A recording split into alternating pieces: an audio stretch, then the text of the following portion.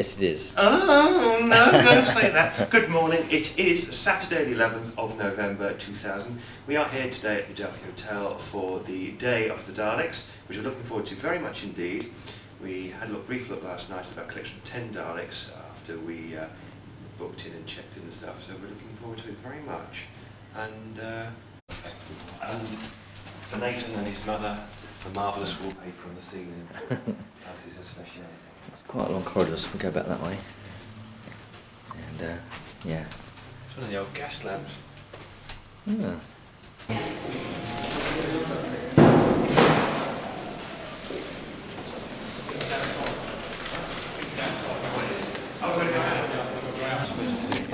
That's great, thank you. Sam was saying last night. It's 34.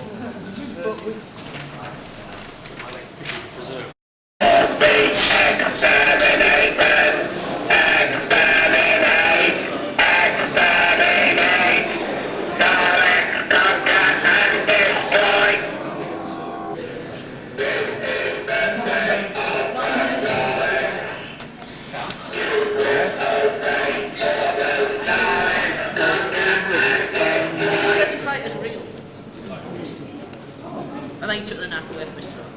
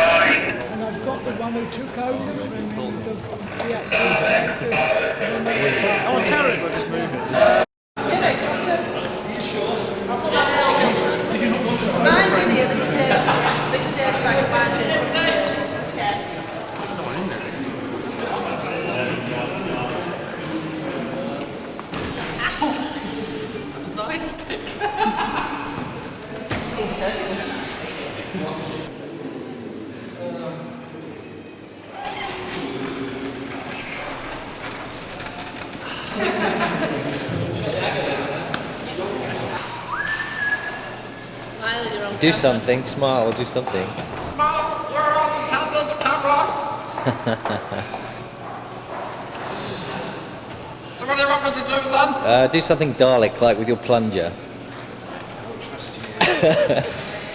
I summon somewhere really bad. And start burn out! If you can't answer all the questions, then there will be an auction at the end of the day for this Dalek. So that's all I want to tell you now. Now go and eat. Right, start. See you later.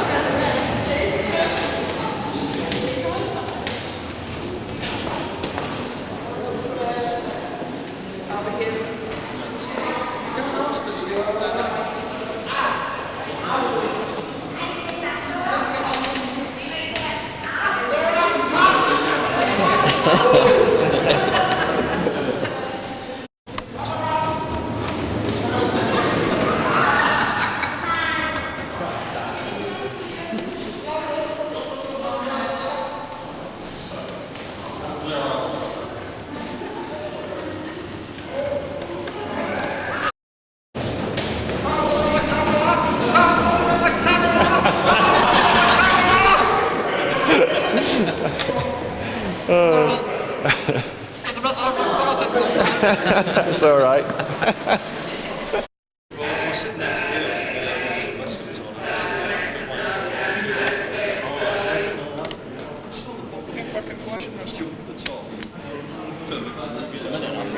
Stupid that. It's working. It's cool. Turn it, don't go through the doors, just reverse it, turn it. Wow, it's voice activated. At the top. Adam, no, make sure you got enough clearance. That's it. Come on, please.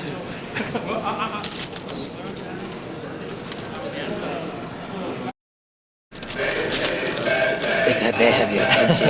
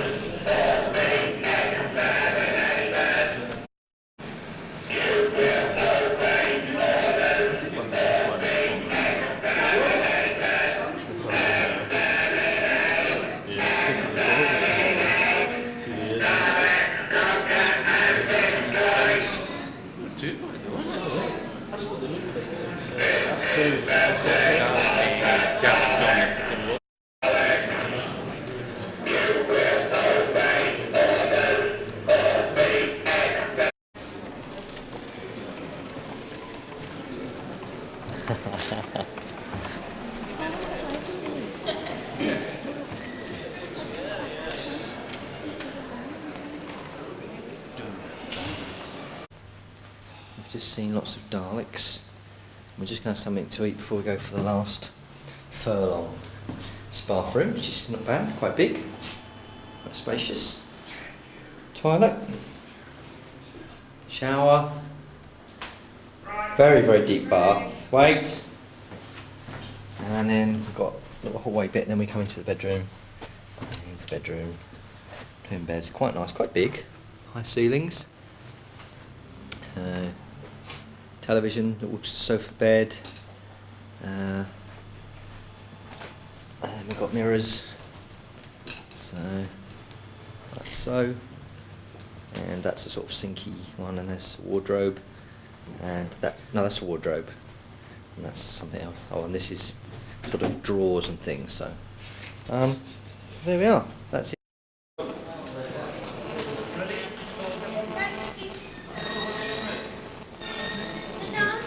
want to go in? I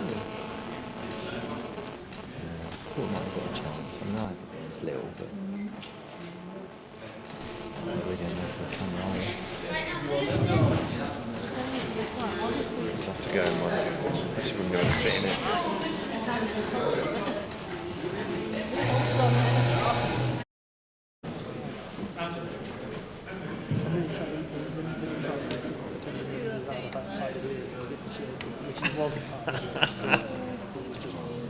Just irritate the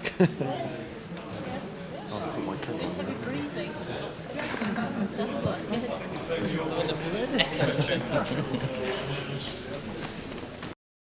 25 years to develop.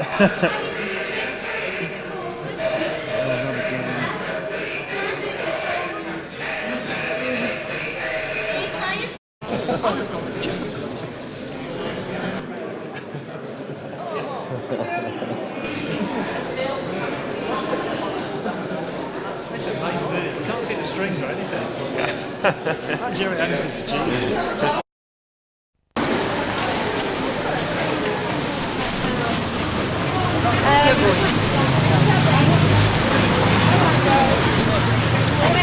What's it called?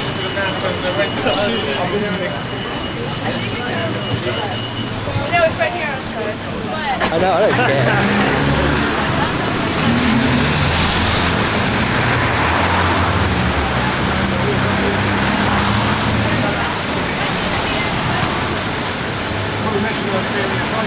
Go then. I feel mad.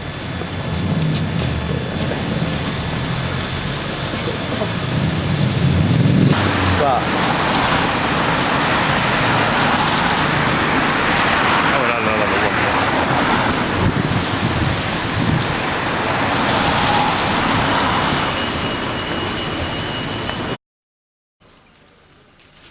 I would I'd like to have been in it.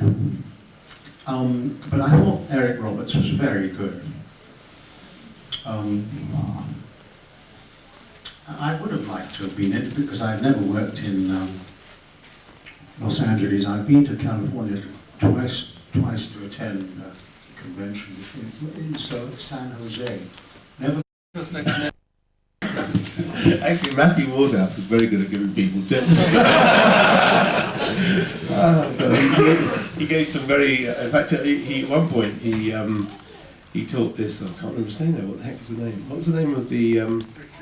Richard Todd. Sorry, yes. Well, I've always told this story before. At one point, he tried to give Richard Todd, who was a very sort of famous British '50s film star, tried to give him acting lessons on how to act on television. Richard Todd was very good, but he didn't kill him. Well, there were quite. I mean, I did like working with the Daleks. Actually, the Daleks were quite a revelation because a lot of stuff has been talked about Daleks, about how how can they possibly take over the world? They can't climb the stairs. But actually, they are, of all the Doctor Who monsters that you work with, they are without doubt the most terrifying because they actually move like grease lightning. I mean, if you're working with any of the others, from Sea Devils to Cybermen, you could walk away from them and escape, quite honestly. And there was one of them that we had, that literally couldn't move at all. I know I've told this story, but it was absolutely absurd. It's always struck me that these great big lumbering creatures, and who come upon these poor, unsuspecting soldiers, and suddenly the monster is there, and you think, well, why doesn't the soldier just walk away? Instead he goes, ah! But with Daleks, they just move like grease lightning, and you will be checked. It is terrifying. You see sort of 4 of those coming down the corridor at you. You don't have to act.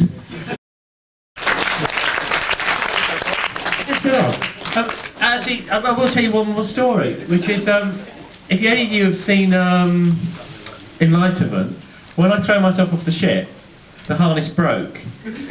I mean, quite serious. It was fitted by Kirby wire, and when I threw myself off at Ealing Studios, the harness broke, and it was like jumping with your legs apart onto a brick wall from 20 foot up. And if you watch, it wasn't funny at the time. It was unbelievably painful, and I had testicles the size of rugby balls. I have no idea whether it did any permanent damage because I've never tried to have children. But if you look at the episodes after that, you'll see I can't walk. I don't actually, seriously, I don't move in the TARDIS. From that point onwards, I can hardly walk for 3 weeks. These days, you'd sue the pants off them. And I just thought, oh, well, this is part of being an actor. So there we are.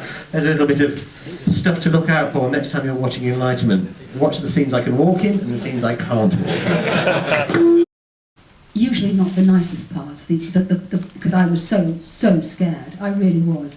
I'd met John Pertwee once, and if anyone else had come up to me and said how much he adored Katie, is that for me? I think I would have just, run away. They didn't mean to say it, but I don't know, just people say, oh, John was so fond of Katie. I thought, oh, God, if I hear that one more bloody time. John thought it would be very supportive if on my first scene he sort of camped out and watched me, which was the worst thing he could have done. I was doing my first scene on location, and all of a sudden, out the corner of my eye, I mean, you just want to be left alone. You just want to think, I need to do this. If I'm going to make a fool of myself, I don't want everyone else to watch. And he came along, and his dresser was following after him with the cloak, and there was a bloody chair. The only thing he didn't bring was a tent. And he put the chair out, he had a footstool, and he sat there. And that was his way of saying, I'm so looking forward, I heard it afterwards, to see that. You're going to delight me. And the other thing that I remember is John had this beautiful blue Lancia. Beautiful. John was very much a car person. And I went to get on the coach to go home. I said, no, darling, you're travelling with me. I thought, oh, shit. Oh, he said, yes. He said, you can map read. Well, you can be my... I thought, oh, God. And I sort of slid off the coach and everyone knew what. And I thought, oh, God. And he's meaning to be so nice to me. And I just want to go home on my own. I don't want to have a conversation. We've got on very well, but I need to go now. And I got into the answer and he said, now, look, there's a man. I was going, yes, yes, and I said, yeah. And he must have said, are we clear behind? But I don't remember what he said, and I must have said yes. And he backed into the prop stand. Oh, he took it very well. He did honestly. He took it very well. I met Tom for the very first time when John was regenerating. Well, he was regenerating into Tom, and it wasn't the moment because John didn't want to leave. He did not want to leave Doctor Who. It's another story. And so there's John lying on the ground, real tears. There's Sarah Jane leaning over him, being terribly upset and not knowing anything about Tom and supporting John, because, you know. And then Tom has walked in to the set. He's been filming down with Robot, where I am going that night and get there 3 in the morning. They did them back to back on me. It was very naughty, really. So Tom came in, and all it was, how do you do, Tom? How do you do? Yes, Sarah Jane, you know, back again. John, how do you do? And all Tom did was then, it wasn't the point to say hello, how, you know, everyone was doing the scene. And Tom lay down, got up, went off, and then, you know, we just left there. And I went down at 3 in the morning. Well, I got there 3 in the night. I thought, I don't know anything about him. I mean, it's got to work. And I just decided that the worst thing to do would be to push it. I just got a feeling when Tom came in, you know, some actors could have come in and said, hello, I'm Tom Beck, which he would now, you know, but you just sense. So I thought, well, maybe he just wants to leave him alone. And it was very good in a way because he had Ian. And they had a rapport when did I meet him for a bit of rehearsal? I had met Ian, so I must have met Tom, but I can't remember. I think I just rehearsed something with Ian. So I remember seeing Ian and Tom very, very much together. And I thought, well, that's lovely. I'll just get on with what I've got to do. And, you know, bit by bit, we might, you know, it might sort of spill over. And I watched Robot, actually, on UK Gold last Sunday. I watched some of it. And I watched the scene where Tom is skipping. Send for the doctor, quick, quick, quick. And I can remember seeing that on the studio floor. And I must have been thinking of me, I don't know. But I saw that the other Sunday and I thought it was bloody marvellous. I thought, and I could hear him breathe. I could hear the nervousness of Tom's breath. You could hear him carrying on with the pace. But if you listen to it, you can hear the nervy. I thought it was bloody good. Ian. But I remember on location, there's a very difficult to shoot scene, evidently, where Sarah. It has fallen down, and it so obviously looks that, you know, I haven't put it down. You feel so silly. And you think, well, how? Maybe it will work on camera that I can't see. So I tend not to say anything. Well, I would now. And I was being dragged up on the rope, and the rope was attached to the car. And this is how sort of spaced out Peter Moffat must have been, because he said, it really looks awful. I said, well, I thought it did. Right, he said, well, we could put the rope round your neck. Oh, there's worse to come. I was so bloody stupid, I was considering it. To the car, and it was John who said, well, he said, this is attached to the car, this you can't do. I thought, God, I've been away from it for so long. I'm not looking after myself. I have to be a bit careful.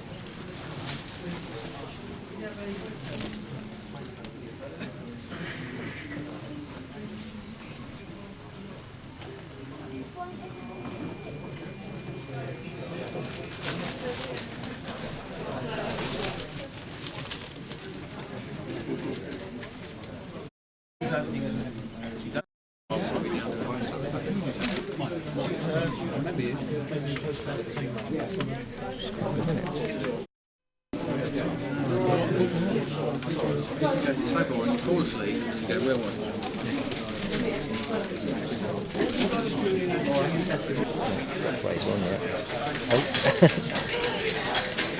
Oh.